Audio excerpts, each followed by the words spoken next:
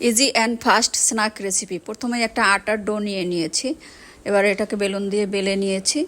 তো এবার এখানে আমি আলুর পুর দিয়ে দিয়েছি। আলুটা আগেই আমি পুর বানিয়ে রেখেছিলাম, সেই পুর দিয়ে দিয়েছি। এবার একটু ভাজ করে নিচ্ছি। ভাজ করা হয়ে গেছে, এবার এটাকে ছোট ছোট করে কেটে নিচ্ছি।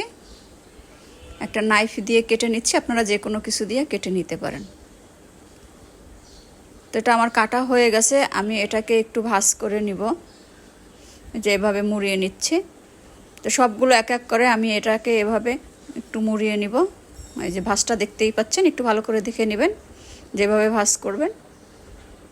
তো আমি সবগুলোকে এভাবে ভাজ করে নিচ্ছি। ভাজ করা হয়ে গেছে আমার। এবার একটা চুলায় একটা কড়াই দিয়ে তেল গরম করে নিয়েছি, দিয়ে এক এক করে সবগুলোকে এগুলোকে দিয়ে দিয়েছি। দিয়ে এভাবে উল্টিয়ে পাল্টিয়ে একটু লাল লাল করে ভেজে নামিয়ে নিচ্ছি। তো তৈরি হয়ে গেল আমার ইজি ফাস্ট স্ন্যাক রেসিপি।